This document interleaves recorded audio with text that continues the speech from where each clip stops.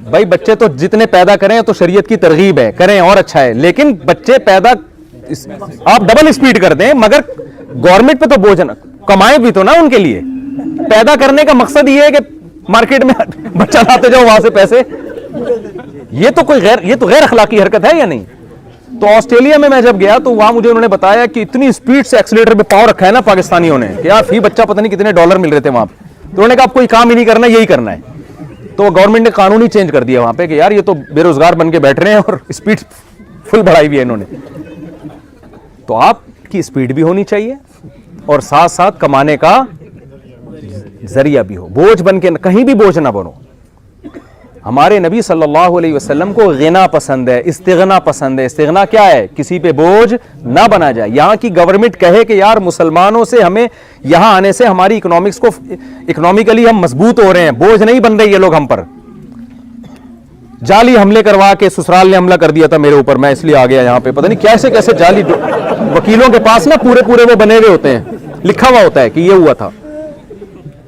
تو خیر جلدی سے بات کو کمپلیٹ کرتا ہوں. تو پہلی شرط اللہ نے بیان کی, ومن اراد الآخرہ, نیت کیا ہونی چاہیے؟ آخرت. دوسری قرآن نے شرط بیان کی, وسعی, صرف نیت کافی نہیں ہے, اس کے لیے کوشش بھی کرے. نیت تو بڑی بڑی کاموں کی نیت ہے, جی میں یہ بھی کروں گا, میں یہ بھی کروں گا, کب شروع کرے گا کہ پتہ نہیں, یہ بھی کنفرم نہیں ہے. کوشش بھی شروع کر دے اس کے لیے. وسعی لہا سعیہا, قرآن کہتا ہے وہی بات, کوشش اخپل طریقے سے نہیں, وہ والی کوشش جو میں نے بتائی ہے. اس میں دو انتہاؤں کے درمیان میں اللہ نے حکم دیا ہمیں چلنے کا. ایک انتہا یہ دنیا چھوڑ کے جنگلوں میں نکل جائے سب کچھ, یہ بھی ایک انتہا ہے جس سے منع کیا. ایک یہ ہے کہ دنیا کے پیچھے ایسے بھاگیں کہ حلال و حرام کی فکر ہی ختم ہو جائے, یہ دوسری انتہا ہے. اس سے بھی اللہ نے ہمیں بچنے کا حکم دیا. تو اللہ نے بتایا کہ وہ کوشش کرو جو میں نے بتائی ہے. اس میں سب سے پہلے عقیدہ توحید ہے, نظریہ آپ کو اپنا درست رکھنا پڑے گا. پھر عقیدہ رسالت ہے. پھر اس کے بعد اللہ تعالیٰ نے جن برائیوں سے بچنے کا حکم دیا, جن چیزوں کو 5 نمازیں فرض ہیں یا نہیں ہیں, اگر آپ نماز نہیں پڑھتے, مسجد میں جماعت سے نماز نہیں پڑھتے, اللہ کی نظر میں آپ اچھے انسان نہیں ہیں. اگر آپ اپنے آپ کو مسلم ہونے کا دعویٰ بھی کرتے اور نماز آپ چھوڑ دیتے ہو, اسلام میں نماز سے بڑھ کر کوئی حکم نہیں ہے. سفر میں اللہ نے نماز چھوڑنے کی اجازت نہیں دی, حضر میں, بیماری میں, کسی کنڈیشن میں کھڑے ہو کے نہیں پڑھ سکتے, حکم دیا بیٹھ کے پڑھو. تو آج سے عزم کریں زندگی میں کبھی بھی انشاءاللہ نماز قضا نہیں کریں گے. اور رمضان کے روزے, اب یہاں روزے بہت لمبے ہوتے ہیں, لوگ بتا رہے ہیں ہمیں, اور بعض لوگ عصر میں افطاری شروع کر دیتے ہیں. بھائی اللہ میاں نے غروب آفتاب کے وقت روزے کا افطار کرنے کا حکم دیا. ہاں 24 گھنٹے میں سورج غروب ہی نہ ہوتا ہو, جیسے مزید نارتھ کی طرف جائیں گے تو پھر وہاں احکام الگ ہیں. وہاں آپ مفتیان کرام سے پوچھ لیے گا اگر کبھی وہاں جانا ہو رمضان میں, تو وہ بتا دیں گے آپ کو بھائی اتنا کیونکہ سورج غروب ہی نہیں ہو رہا نا, وہ 2-2.5 مہینے تک گھومتا ہی رہے گا آپ کے سر پہ, تو یہ تو 2-2.5 مہینے روزہ ہوگا آپ کا. تو 24 گھنٹے کے اندر اندر وہ روزہ, سحری, افطاری سب کی چھوڑ. لیکن جب آپ ہیں پراپر طریقے سے, سورج غروب بھی ہو رہا ہے, طلوع بھی ہو رہا ہے, تو بھائی تھوڑا اللہ کے لیے 1 مہینہ روزہ. آپ کہتے ہیں کہ نہیں ہم سے نہیں رکھا جاتا, ہم سے نہیں رکھا جاتا, اس کا مطلب آپ پیڑے کھانے کے لیے آئے ہیں. صحیح ہے نا, آپ کس کام کے لیے آئے. اور دیکھو یہ اللہ کی رحمت ہے, اگر اللہ نے گرمیوں میں آپ کا روزہ لمبا بہت کر دیا تو سردیوں میں سکیڑ بھی تو دیا ہے نا بہت. ایک طرف سے جب ٹینشن دی ہے تو دوسری طرف سے اللہ نے آپ کو آسانی بھی دی ہوئی ہے. ایک صاحب مجھے کہنے لگے ٹھکا ٹھک اتنی نمازیں یہاں پڑھتے ہیں, ہم سے نہیں پڑھی جاتی. ادھر ظہر ایک دم ٹھک کر کے اثر آ گئی, پھر ٹھک کر کے مغرب آ گئی. بھائی یہ تو بہت مشکل ہے. میں نے کہا پھر مغرب کے بعد ٹھک کر کے فجر نہیں آتی, پھر فجر بیٹھ جاؤ, جب امام مہدی آئیں گے تو پھر فجر آئے گی. اتنا لمبا ٹائم ہے, 3 بجے سورج غروب ہو رہا ہے اور صبح 9 بجے طلوع ہو رہا ہے سورج, تو آپ کے پاس تو ٹائم ہی ٹائم ہے. تو اللہ تعالیٰ ایک طرف سے اگر مشکل ہوتی ہے دوسری طرف سے کیا کر دیتے ہیں, آسانی کر دیتے ہیں. تو نہ نماز چھوڑنے کی اجازت اور نہ آپ کو رمضان کا روزہ چھوڑنے. سمجھتے ہیں یہ پابندی سے رکھنا ہے. رمضان کے روزے مسلمانوں کی رونق ہے. اب تو میڈیکل سائنس یہ کہہ رہی ہے کہ روزہ رکھنے سے انسان کی صحت اچھی رہتی ہے.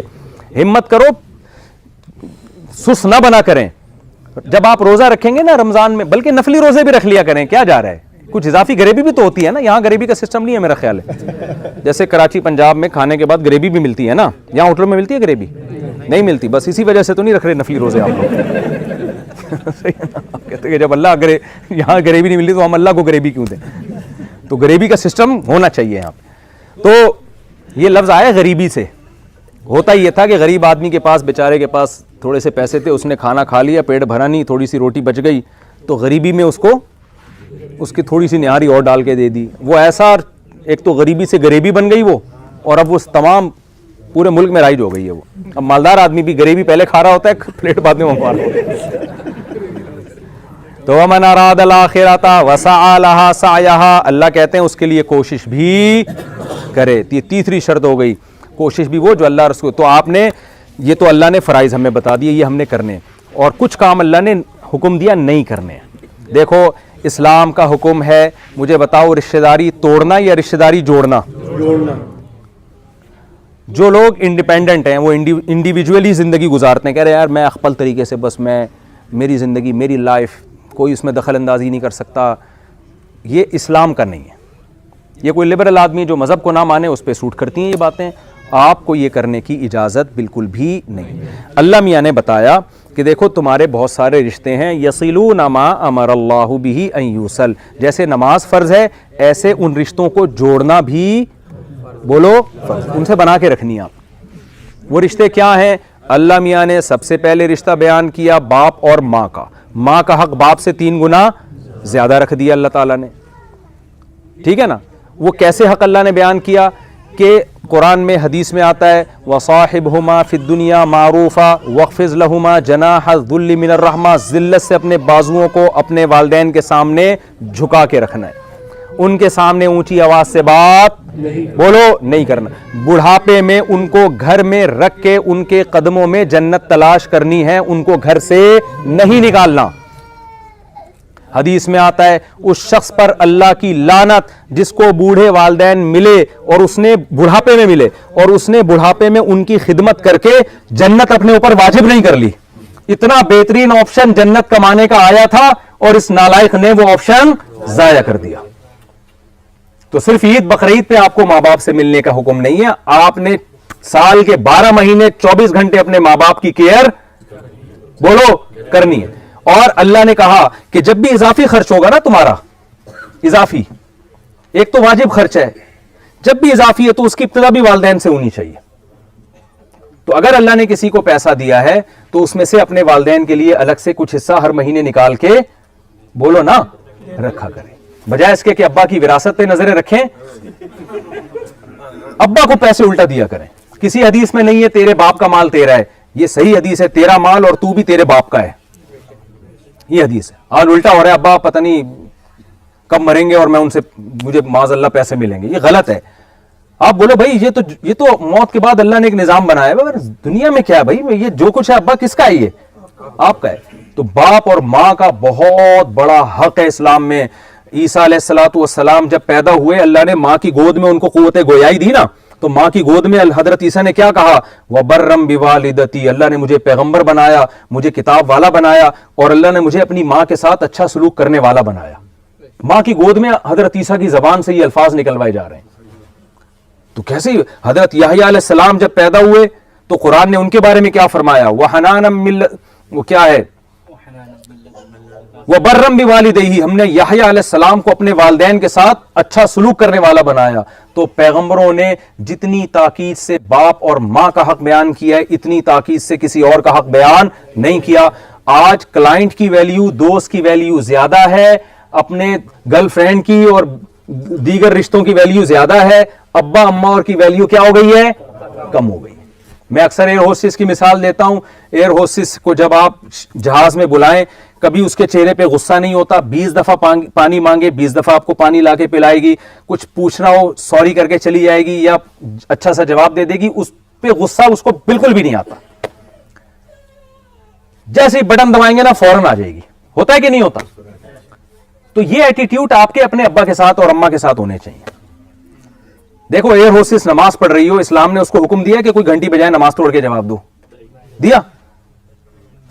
لیکن باپ اور ماں میں سے کسی نے آپ کو پکارا تو حکم کیا ہے, نفلی نماز ہے, نفلی نماز کو کیا حکم ہے, توڑ کے ان کی پکار کا جواب. تو یار آپ کو تو ایئر ہوسٹس سے زیادہ ایکٹیو ہونا چاہیے نا ابا اماں کے سامنے.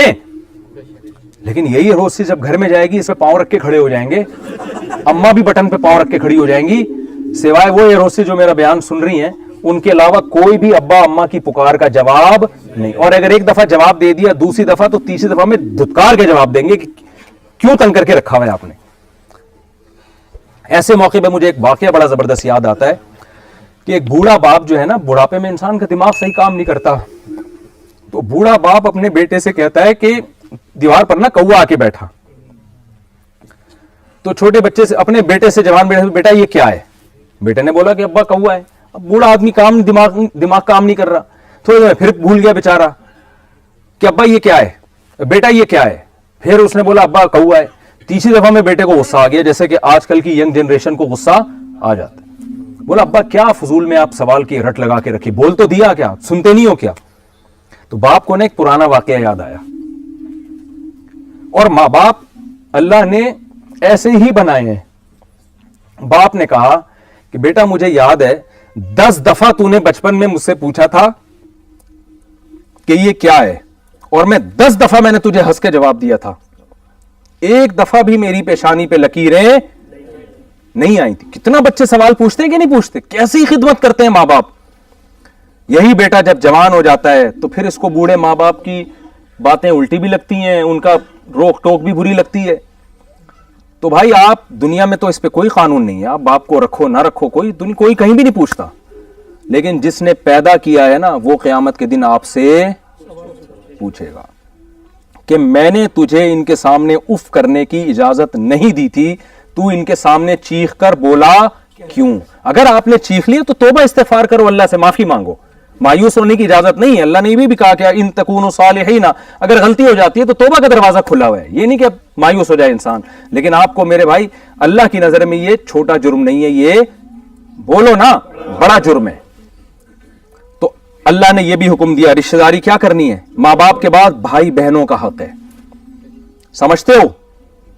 بھائیوں کی بھائی سے بات نہیں ہو رہی, اچھا بھائی بہنوں میں رابطہ بھی کرنا ہے, سلام دعا بھی رکھنی ہے, اور اگر آپ کے بھائی بہنوں میں کوئی غریب ہے تو اس کے ساتھ مالی تعاون بھی کرنا ہے. اب آپ کہیں گے یار میں اتنی مشکل سے یہاں پیسے کما رہا ہوں, میں خود رکھوں. حدیث میں آتا ہے نبی صلی اللہ علیہ وسلم نے فرمایا صدقہ کرنے سے مال کبھی بھی کم نہیں ہوتا, کبھی بھی کم نہیں ہوتا. تو یہ اللہ کے حکم ہے. لا تقربوا الزنا, اللہ نے فرمایا زنا کے قریب مت پھٹکو, آپ نکاح کرو, بر وقت شادی کرو. بھائی ما طاب لکم من النساء, اللہ کہتے ہیں جو تمہیں پسند آئے اس سے نکاح کر لو. ایک مولوی صاحب مجھے کہنے لگے محبت کی شادیاں ناکام ہوتی ہیں. میں نے کہا پھر نفرت کی کامیاب ہوتی ہوں گی. کیا خیال ہے بھائی؟ نفرت ہو رہی ہے, بری لگ رہی ہے, شادی کر لی, ایسا تھوڑی ہوتا ہے.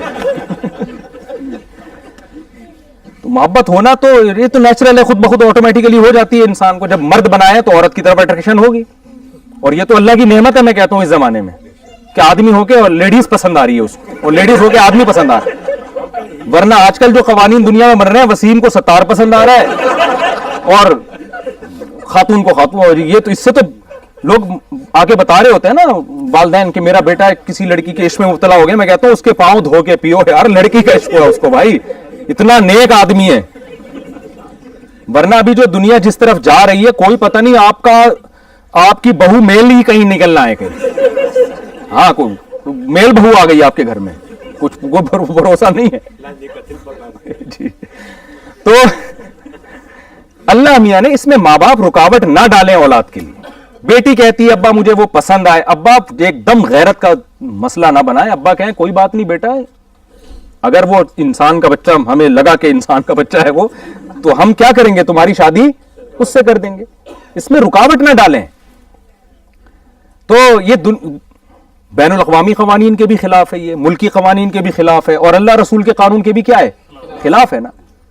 تو ان کی حوصلہ افزائی کریں اس میں. لن تر للمتحابین مثل النکاح, نبی نے فرمایا دو محبت کرنے والوں میں نکاح سے بہتر کوئی چیز نہیں ہے. تو اللہ نے گرل فرینڈ بوائے فرینڈ کے نظام کو پسند نہیں کیا, نکاح کے نظام کو. تو نکاح تو پیغمبروں کی سنت ہے. تو 3 باتیں ہو گئی کہ نہیں ہو گئی؟ چوتھی بات وَهُوَ مُؤْمِنٌ, آپ کا عقیدہ صحیح ہونا چاہیے. اچھے کام بھی کرو اور عقیدہ کیا ہو, ایک اللہ کو مانتے ہیں, اس کے ساتھ کسی کو شریک نہیں کرتے. ہم محمد صلی اللہ علیہ وسلم کی ختم نبوت کے قائل, آخری نبی ہونے کے قائل, اور آپ سے پہلے جتنے پیغمبر ہیں ان سب پر بھی ہم ایمان رکھتے ہیں. یہ عقیدے قتل کے فیصلے ہو جاتے ہیں, جب جج کے سامنے کوئی گواہی لے کے جاتا ہے کہ میں نے اس کو اپنی آنکھوں سے چوری کرتے ہوئے دیکھا ہے, تو جج گواہوں سے رابطہ کر کے اس کو سزا دیتا ہے یا سائنسدانوں سے رابطہ کرتا ہے کہ سائنس سے ثابت کرو؟ بہت مشکل ہے یار. ہر چیز میں سائنس کو تھوڑی داخل کیا جائے گا. سچے آدمی کی گواہی کا اعتبار ہوتا ہے کہ نہیں ہوتا؟ ہر چیز تھوڑی. ہاں کوئی ایسی چیز ہے جس کا میڈیکل سائنس سے تعلق ہو, پھر ڈاکٹروں سے رابطہ کیا جائے گا کہ میڈیکلی ڈاکٹر کہہ رہے ہیں تو ممکن ہی نہیں ہے. تو بہت سی چیزیں غیب کی ہیں, برزخ کی زندگی ہم نے دیکھی نہیں ہے, ہم نے نام مر کے دیکھا ہے کیا ہوتا ہے ہمارے ساتھ. تو سائنس نہ اس کی نفی کر سکتی ہے نہ اس کا دعویٰ کر سکتی ہے. سائنس یہاں تک پہنچی نہیں ہے, اس کے اپروچ سے یہ بالا تر ہے یہ چیزیں. تو پیغمبروں نے ہمیں بتایا, تمام پیغمبروں نے, موسیٰ علیہ السلام, عیسیٰ علیہ السلام اور محمد صلی اللہ علیہ وسلم, ابراہیم علیہ السلام, سب میں ہے کہ بھائی موت کے بعد ختم نہیں ہوتے, ایک جہاں سے دوسرے جہان میں آپ ٹرانسفر ہوتے ہیں. اس کے بعد پھر اللہ اسی میں جان ڈال کے دوبارہ اپنے سامنے کھڑا کرے گا. اللہ تعالیٰ جس خدا نے پہلی دفعہ پیدا کیا, منہا خلقناکم, اسی مٹی سے ہم نے تمہیں بنایا, وفیہا نعیدکم, اسی میں دوبارہ مٹی کر دیتے ہیں. دو قدرت تم نے ہماری دیکھ لی. ومنہا نخرجکم, ونس ایک دفعہ پھر ہم تمہیں اسی ریورس کر کے کیا کر دیں گے, دوبارہ انسان بنا کے کھڑا کر دیں گے ہم تمہیں. تو یہ اللہ اس کے رسول صلی اللہ علیہ وسلم کی تعلیمات ہے. تو ہم نے سویڈن میں زندگی ان اصولوں کو سامنے رکھ کر گزارنی ہے. اور کبھی بھی دیکھو, کوئی بھی ایسا شخص جو دہشت گردی کی بات کرتا ہو, وائلیشن پھیلانے کی کوشش کر رہا ہو, ملکی قوانین کے خلاف اسلام کا لیبل لگا کے جا رہا ہو, کبھی بھی ایسے شخص کو آپ نے پروموٹ نہیں کرنا.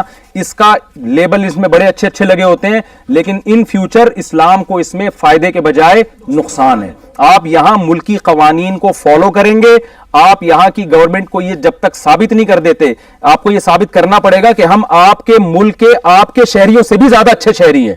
اس وقت تک آپ نہ یہاں اسلام کو باقی رکھ سکتے ہیں, نہ آپ یہاں دنیاوی ترقی کر سکتے ہیں, نہ اخروی ترقی کر سکتے ہیں.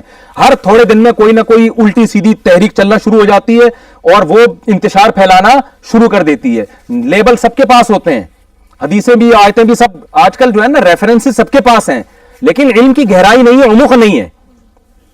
تبھی تو حدیث میں آتا ہے رب حامل فقہ غیر فقیہ, بہت سے لوگ علم کی بات جانتے ہیں سمجھتے نہیں ہیں.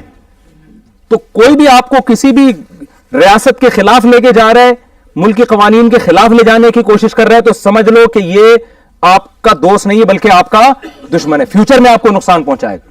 تو آپ نے یہاں ایسے اچھے بچوں کی طرح رہنا ہے کہ یہاں کے جو اوریجنل لوگ ہیں, جہاں کے جو مقامی لوگ ہیں, وہ یہ کہیں کہ یار یہ لوگ ہماری کنٹری کے لیے ہم سے بھی زیادہ مفید لوگ ہیں.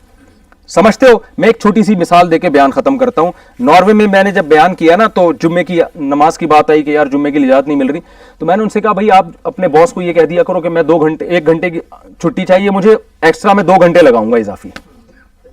تو تمیز سے بھی کام ہو سکتا ہے نا. اب آپ نے باس کو کہہ دیا بھائی ہمارے مذہب میں جمعہ ہے, تیری ایسی کی تیسی روک کے تو دکھاتے ہیں, یہ اسٹائل ہے, تو وہ تو جمعہ کیا باقی بھی نمازوں پہ پابندی لگائے گا, بلکہ وہ آئندہ یہ قانون کہ مسلمان کو رکھنا ہی نہیں ہے. میں نے ان سے کہا یار آپ کا باس ہے, آپ کو وہ تنخواہ دے رہا ہے, آپ اس کی فیکٹری میں ہو, آپ عزت میں, آپ جتنے مرزا غالب سے جو اردو میں ہے نا نور چشمی وشمی کے انگلش میں یا فرینچ میں یا ناروے میں ترجمہ کروا لو, اور اس کو ایک تمیز سے خط لکھو. آپ بولو کہ بھائی تو مجھے 1 گھنٹے کی یا آدھے گھنٹے کی بھی, آدھے گھنٹے میں بھی جمعہ ہو جاتا ہے, چھٹی دے دے, اور میں اس کے بدلے میں فری میں 1 گھنٹہ اضافی دوں گا. تو میں نے کہا دے گا انشاءاللہ. تو اس پہ مجھے ایک صاحب نے واقعہ سنا ہے کہ ہم نے ایسا ہی کیا. تو ہم نے کیا کیا کہ جب ہم نے اپلیکیشن لکھی کہ ہمیں جمعے کے لیے آدھا گھنٹہ یا 1 گھنٹہ دیا جائے, تو وہ گورا جو تھا نا ناروے کا, اس نے سروے کیا, اس نے کہا کہ یار لوگ سگریٹ پینے کے لیے آدھے گھنٹے کی چھٹی لیتے ہیں ہم سے, اور یہاں جتنے لوگ مسلمان ہیں یہ سگریٹ نہیں پیتے. ہم نے یہ, وہ نہیں پیتے ہوں گے, مجھے آپ لوگ کا نہیں پتا کون کیا کیا پی رہا ہے. تو امیج اچھا گیا نا اس کے سامنے, اچھا امیج گیا. تو ظاہر ہے جو سگریٹ پی رہا ہے یا کوئی نشہ کر رہا ہے وہ کمپنی کے لیے اتنا مفید ثابت نہیں ہو سکتا. اس کو تو ہر تھوڑی دیر میں کچھ نہ کچھ چاہیے, اس کو نہیں ملے گا وہ کچھ بھی کر دے گا. تو آپ اگر شراب نہیں پیو گے, آپ یہاں ایک دوسرے کا احترام کرو گے, ملکی قوانین کا احترام کرو گے, آپ کو اگر مذہبی کوئی پرمیشن چاہیے تو آپ عزت کے ساتھ ان کو ایک لیٹر لکھو کہ کائنڈلی آپ کا بہت بڑا احسان ہوگا آپ کے جو ہے, اور اس کے بدلہ ہم آپ کو اس صورت میں دیں گے. تو وہ سمجھ جائیں گے واقعی یہ مذہب کو فالو کرنے کے لیے یہ ہم سے چھٹی لے رہے ہیں, یہ ڈنڈی مارنے کے لیے چھٹی ہم سے نہیں لے رہے. بعض دفعہ لیبل جمعے کا لگا ہوتا ہے, مقصد کیا ہوتا ہے,